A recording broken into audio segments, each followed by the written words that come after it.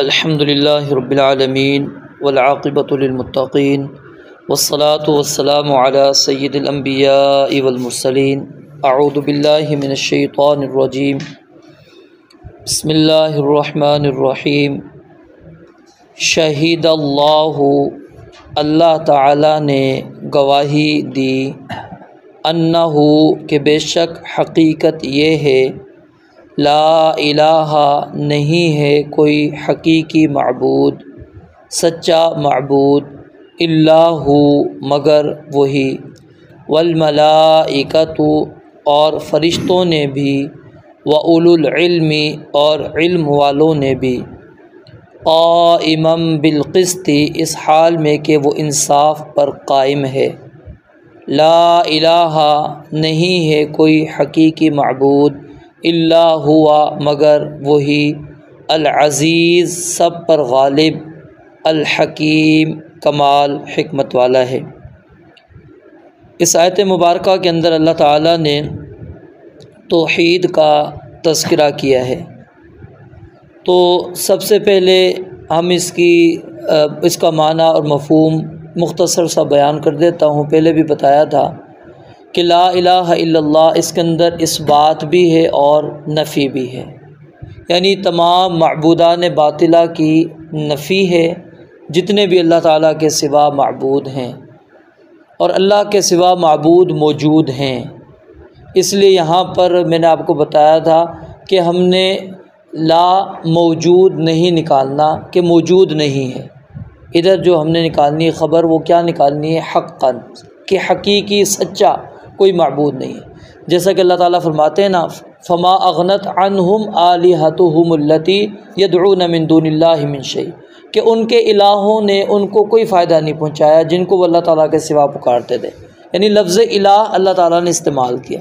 ومن یدعو مع اللہ الہا آخر، جو کوئی اللہ کے ساتھ کسی اور الہ کو پکارے گا، تو یعنی الہ تو کائنات کے اندر اور بنائے ہوئے لوگوں نے، چاہے وہ حقیقی نہیں ہیں جھوٹے ہیں لیکن لوگوں نے بنائے ہوئے ہیں، تو اس لیے اللہ رب العالمین نے خود اس کا جواب دیا ذالک بان اللہ هو الحق، کہ بے شک اللہ تعالیٰ ہی حقیقی الہ ہے، وان ما یدعون من دونہ الباطل، اور جو اس کے علاوہ جن کو تم پکارتے ہو وہ سب کے سب باطل ہیں، کوئی بھی سچا نہیں ہے، چاہے پھر وہ فرشتے ہوں، نبی ہو، ولی ہو، حجر شجر ہو، کوئی بھی صورت ہو اس کی، وہ حقیقی معبود نہیں۔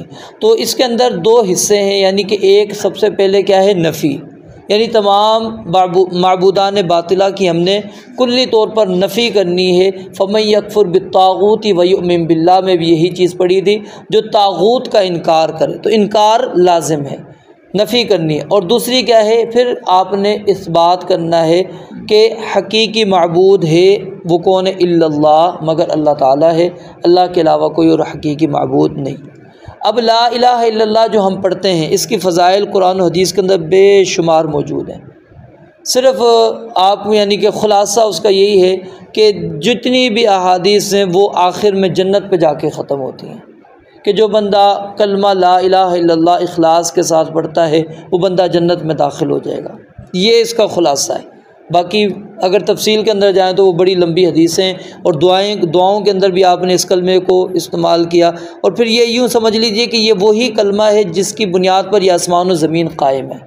اللہ نے جتنے انبیاء رسول بھیجے اسی کلمے کی وجہ سے اللہ رب العالمین نے بھیجے، جتنی بھی قومیں بلندیوں پر گئی ہیں وہ اس کلمے کی ماننے کی وجہ سے گئی ہیں، جتنی بھی ذلت اور پستی کی طرف گئی ہیں، جہنم کی حقدار بنی ہیں، وہ یہی کلمے کی بنیاد کے اوپر بنی ہیں۔ تو یہ کلمہ اللہ رب العالمین کو بڑا پسندیدہ اور میزان کے اندر بڑا بھاری ہے، افضل الذکر لا الہ الا اللہ، بہت ساری یعنی حدیثیں موجود ہیں جو اس کے فضائل کے اوپر دلالت کرتی ہیں۔ اب لا الہ الا اللہ تو پڑھتے ہیں، یاد رکھیے یہودیوں نے بھی لا الہ الا اللہ پڑھا، عیسائیوں نے بھی پڑھا، ٹھیک ہے، اسی طرح جو ہے مشرکین مکہ انہوں نے بھی پڑھا، کافر بھی پڑھتا ہے، منافق بھی پڑھتا ہے، مسلمان بھی پڑھتا ہے، یعنی ہر بندہ کلمہ پڑھتا ہے۔ اب ہمارے علاقے کی بات ہے، وہ بنیا ہے، ہندو ہے، اور اس نے اپنے گھر کے باہر جملہ کیا لکھ کے لگایا؟ میرے لیے اللہ ہی کافی ہے۔ اس نے اپنے ایک دروازے کی سائڈ پر یہ بڑا سارا جملہ، جیسے ہم لکھ دیتے ہیں ماشاء اللہ، سبحان اللہ، دوسرے جملے، ٹھیک ہے، اس نے اپنے دروازے کے سائڈ میں کیا دیوار پہ لکھ کے لگایا ہوا ہے کہ میرے لیے اللہ ہی کافی ہے۔ کیا وہ مانتا اللہ تعالیٰ کو؟ بنیا ہے، ہندو ہے، ٹھیک ہے۔ تو مطلب اقرار ہر کوئی کرتا ہے، کلمہ پڑھتا ہے، لیکن کیا یہ کلمہ منافقین کو فائدہ دیا؟ نہیں، وہ جہنم کے نچلے ترین درجے کے اندر چلے گئے، مشرکین جہنم میں چلے گئے، کافر وہ یہودی تھا، عیسائی تھا، کوئی بھی ہے، کوئی بھی کامیاب نہیں ہو سکا۔ تو آخر کلمہ تو کہتے تھے، مانتے تھے، اور اللہ تعالیٰ نے اقرار ذکر کیے ہیں کلمے کے اندر، یعنی کیا چیز ہے؟ ہم اللہ رب العالمین کو ثابت کرتے ہیں نا، ٹھیک ہے، تو اللہ رب العالمین کو تو وہ مانتے تھے، اور پھر اس کے باوجود اللہ تعالیٰ ان کو اٹھا کے جہنم کے اندر کیوں ڈال رہا ہے؟ اس کی وجہ یہ ہے کہ لا الہ الا اللہ صرف زبان سے نہیں کہنا ہوتا، بلکہ اس کے کچھ تقاضے ہیں، اس کی کچھ شرائط ہیں جن کو ہمیں پورا کرنا ضروری ہوتا ہے۔ بس اختصار سے بتاتا ہوں۔ پہلی شرط یہ کہ علم، آپ کو مکمل طور پہ علم ہو کہ آپ زبان سے جو کلمہ پڑھ رہے ہیں اس کا معنی اور مفہوم کیا ہے۔ ابو جہل نے کیوں نہیں کلمہ پڑھا تھا؟ ابو طالب نے، آپ کے چچا نے کیوں نہیں کلمہ پڑھا؟ آپ نے آخر وقت میں بھی کہا کہ پڑھ لو کلمہ، کیوں نہیں پڑھا؟ اس کو پتہ تھا کہ یہ کلمہ میری پوری زندگی کی سرداری کے اوپر پانی پھیر دے گا، جو میرا ایک مقام ہے وہ سب کا سب ختم ہو جائے گا۔ کیوں؟ اس کا معنی کیا ہے کہ میں اب اللہ تعالیٰ کو ہی مانتا ہوں، اللہ کے علاوہ کسی اور کو نہیں، اور نبی علیہ الصلوۃ والسلام کو رسول مانتا ہوں۔ وہ اس کا معنی سمجھتے تھے، علم رکھتے تھے، اور اسی لیے اللہ تعالیٰ نے اس کلمے سے پہلے اس کی تاکید کی، فَعْلَمْ أَنَّهُ لَا إِلَٰهَ إِلَّا اللَّهُ، کہ پہلے علم حاصل کرو پھر کلمہ پڑھو۔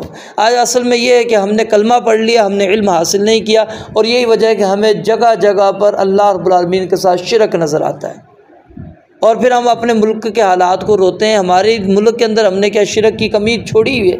ہر گلی کے اندر، ہر محلے کے اندر ہم نے ایک نہ ایک بنا کر رکھا ہوا ہے، اور پھر سرپرستیاں بھی چلا رہے ہیں۔ کون ہیں ان کے جی نگران؟ کون ہے؟ سارے ہمارے پارلیمنٹوں میں بیٹھے ہوئے ہیں، وہ سارا نظام چلا رہے ہیں۔ تو ہم اللہ رب العالمین کے ساتھ جب ایک بغاوت کرتے ہوں رب العالمین کے ساتھ، تو اللہ تعالیٰ ہمیں کیسے اللہ تعالیٰ ہمیں آسائش، آرام، سکون اللہ رب العالمین دیں گے؟ شیخ عبداللہ ناصر رحمانی حفظہ اللہ وہ بیان کرتے ہیں کہ اگر حکومت یہ کام کر لے، کہتے میں اللہ کو گواہ بنا کر یہ بات کہتا ہوں کہ اس ملک کے اندر امن، سلامتی اللہ رب العالمین کا وعدہ ہے۔ صرف کیا ہے؟ شرک کا خاتمہ کر دو، کیونکہ یہ شرک اگر ختم ہو جائے گا سارے حالات ہمارے ٹھیک ہو جائیں گے۔ ہمارے معاملات اصل میں اسی لیے زیادہ بگڑے ہیں، علم نہیں، ہمیں کسی بھی مسلمان کو وہ علم ہے ہی نہیں۔ اور پھر آپ اگر پڑھیں نا، آپ ان کو کہیں جی آپ ان کی عبادت کرتے ہو، کوئی بھی بندہ نہیں کہے گا میں اس قبر کو پوچھتا ہوں، آپ اس قبر پہ کیوں گئے، نظر و نیاز کیوں چڑھائی ہے، اس کو رکوع کیوں کیا، سجدہ کیوں کیا، یہاں پر آپ نے نماز کیوں پڑھی ہے؟ اس کی تو میں نے نہیں پڑھی۔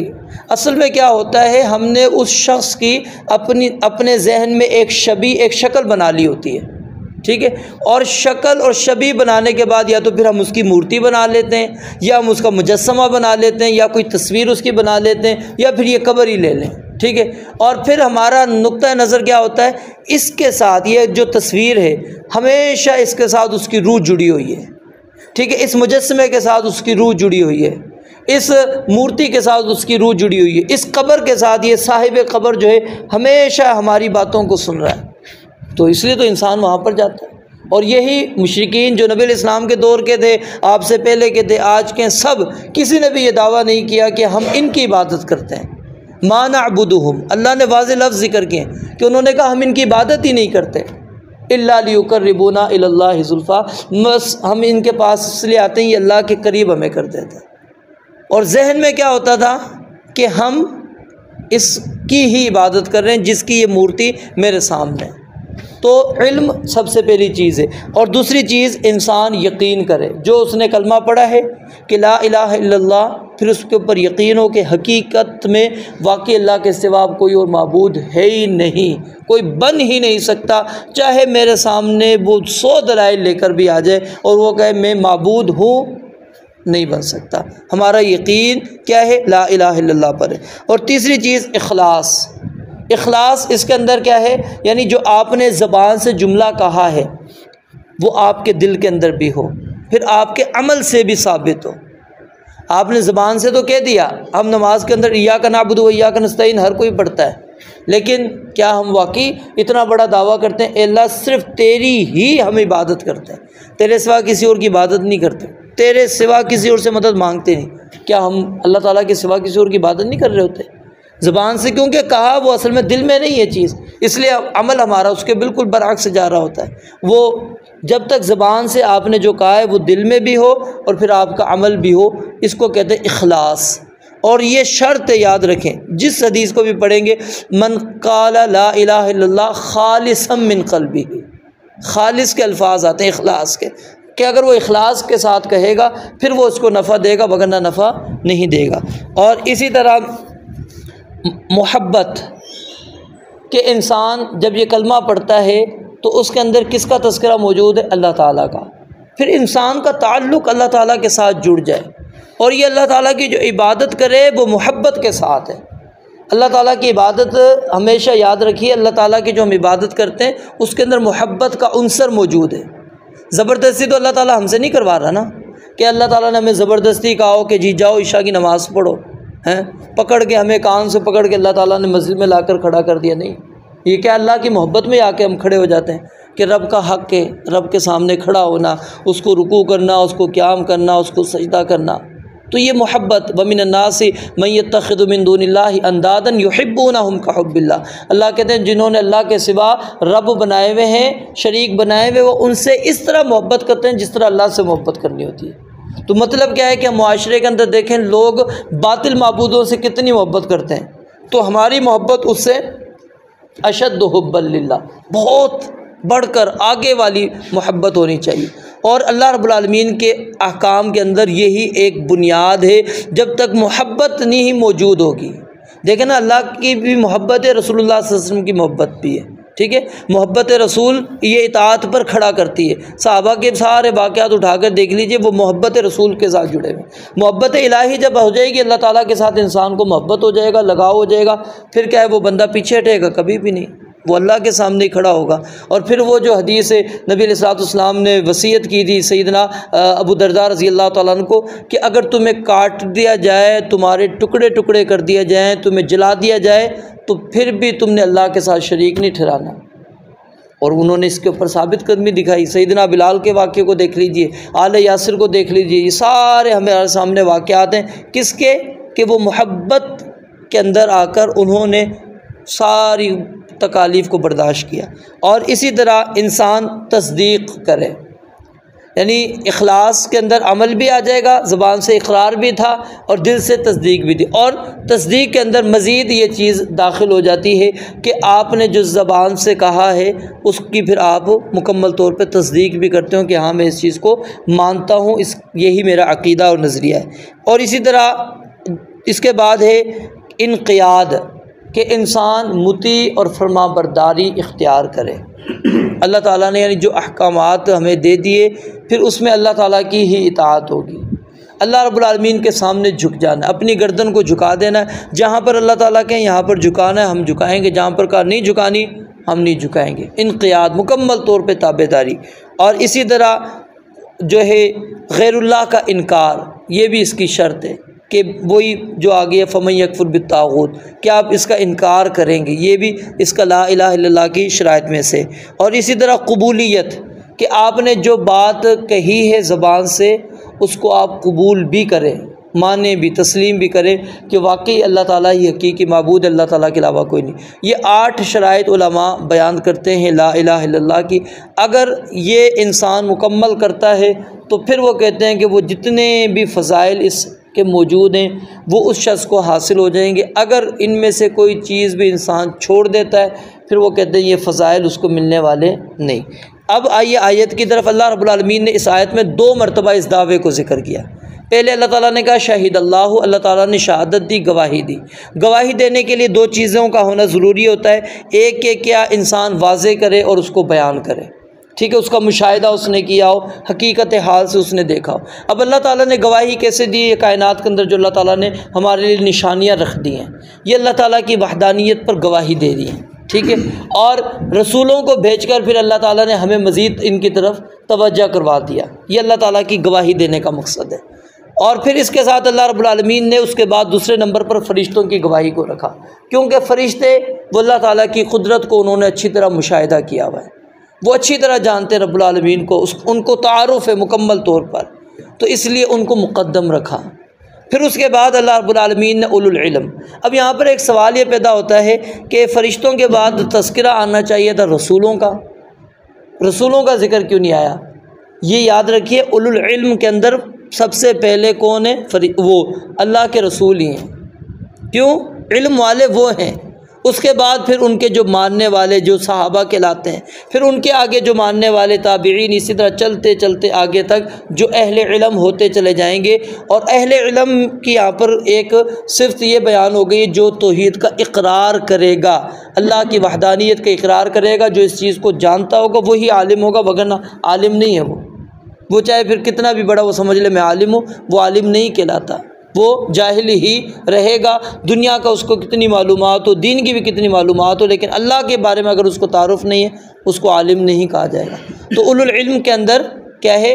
انبیاء رسول بھی آ گئے، پھر اسی طرح ان کے ماننے والے جو صحابہ تابعین، اسی طرح جو آگے تک لوگ ہیں، سب کے سب اس کے اندر شامل ہیں۔ اور اللہ رب العالمین نے یہاں پر اولو العلم کو اپنے ساتھ ذکر کر کے اس کی فضیلت کو واضح کر دیا کہ جو لوگ اللہ تعالیٰ کو جانتے ہیں ان کا مقام اور مرتبہ اتنا بلند ہے کہ اللہ تعالیٰ نے اپنی گواہی کو اور ان کی گواہی کو ایک ہی پلڑے کے اندر رکھ دیا، فرشتوں کی گواہی کے برابر قرار دے دیا، اپنی گواہی کے برابر قرار دے دیا، کس کے؟ جو علم رکھنے والے لوگ ہیں۔ اور اللہ رب العالمین فرماتے ہیں قائما بالقسط، یہ جو ہے انصاف پر قائم ہے گواہی۔ یہ کوئی ایسی نہیں ہے کہ اللہ تعالیٰ نے ایسی دعویٰ کر دیا، فرشتوں نے بھی کہا کہ ٹھیک ہے ہم بھی گواہی دیتے تھے، بس ایسی اللہ کی بات مان لی، یا اہل علم نے بھی ایسے کہہ لیا۔ اللہ کہتا ہے نہیں، یہ بالکل میزان ترازو کے اندر رکھی ہوئی بالکل درست بات ہے، کوئی اگر ہے اس کے مخالف ثابت کر کے دے دے، کہے کہ ہاں وہ فلاں معبود ہے۔ اور اللہ تعالیٰ نے قرآن مجید میں واضح طور پہ کہا کہ دکھاؤ کوئی ہے، کیا انہوں نے پیدا کیا ہے، کچھ مجھے دکھاؤ تو صحیح، بتاؤ تو صحیح، کیا انہوں نے بنایا ہے، کچھ بنایا ہے؟ پھر اللہ تعالیٰ نے وہ مکھی والی مثال ہمارے سامنے بالکل واضح بیان کر دی کہ وہ اگر چھین کے لے جائے تم بچا نہیں سکتے، پیدا کرنا تو دور کی بات ہے، تم مکھی سے لی، اس نے تمہاری چیز اٹھائی ہے، تم نہیں واپس کر سکتے۔ پھر امن خلق السماوات والارض، یہ 20ویں سپارے کا آغاز سے پڑھیں تو وہاں پر اللہ رب العالمین نے یہ ساری چیزیں سوال کیا، الہ مع اللہ، کیا اللہ کے ساتھ ہے کوئی، اللہ کے ساتھ کوئی ہے الہ، بتاؤ، کوئی جواب نہیں ہے۔ کیوں؟ کوئی ہوگا تو جواب ملے نا۔ تو اللہ رب العالمین نے بالکل یعنی یہ جو بات کہی ہے، اللہ کہتے ہیں یہ قائما بالقسط، پھر دوبارہ اللہ رب العالمین نے وہی بات دوبارہ دہرا دی، کیوں؟ کہ اس کی اہمیت کو واضح کرنے کے لیے، حقیقت کو بیان کرنے کے لیے۔ اور یہاں پر اگر ہم اس کو یعنی نجران کے ساتھ جوڑتے ہیں، جو عیسائیوں کا وفد تھا، ان کو اللہ تعالیٰ نے یہ بالکل کلیئر بتا دیا کہ عیسیٰ علیہ السلام اللہ کے نبی رسول تو ہیں لیکن الہ نہیں ہے، جو تمہارا عقیدہ ہے وہ بالکل غلط عقیدہ ہے، کیونکہ اللہ تعالیٰ کے سوا کوئی معبود نہیں۔ پھر آگے اللہ تعالیٰ نے اس کی 2 دلیلیں یہاں پر اور پیش کر دیں، العزیز الحکیم، اور یہ صفت بھی اللہ تعالیٰ کے علاوہ کائنات میں کسی کے اندر موجود نہیں ہے۔ تو جہاں پر بھی اللہ رب العالمین نے دعویٰ کیا ہے وہاں پر اللہ تعالیٰ نے دلیل بھی پیش کی ہے، جیسے آیت الکرسی میں دعویٰ کیا تھا، وہاں اللہ تعالیٰ نے پھر 11 دلیلیں پیش کی تھی کہ کیوں اللہ کے سوا کوئی معبود نہیں ہے، اس کی یہ دلائل ہے۔ پیچھے آیت کے شروع میں آپ نے سورت کے شروع میں پڑھا، اس میں بھی یہی اللہ کا دعویٰ تھا، اللہ لا الہ الا ہو، پھر آگے الحی القیوم، اللہ نے دلیل، یعنی ہر جگہ پر اللہ دعوے کے ساتھ دلیل دیتے ہیں، اور یہ جہاں پر بھی دلیل دیکھیں گے مختلف ہوتی چلی جاتی ہے۔ اس کی وجہ کیا ہے کہ اللہ تعالیٰ یہ چیزیں ہمارے سامنے کلیئر کر رہے ہوتے ہیں کہ واقعی اگر تمہارا کوئی معبود ہے تو اس کے اندر یہ صفت تو ڈھونڈ کے دکھاؤ نا، اگر صفت کسی میں مل جاتی ہے اس طرح کی، پھر چلو تم کہو کہ یہ معبود ہے، ہم مان لیں گے، لیکن پہلے لے کر تو آؤ کہ باقی اس کے پاس یہ چیزیں موجود ہو۔ رب العالمین سے دعا ہے اللہ تعالیٰ سمجھنے عمل کرنے کی توفیق عطا فرمائے۔ وآخر دعوانا الحمدللہ۔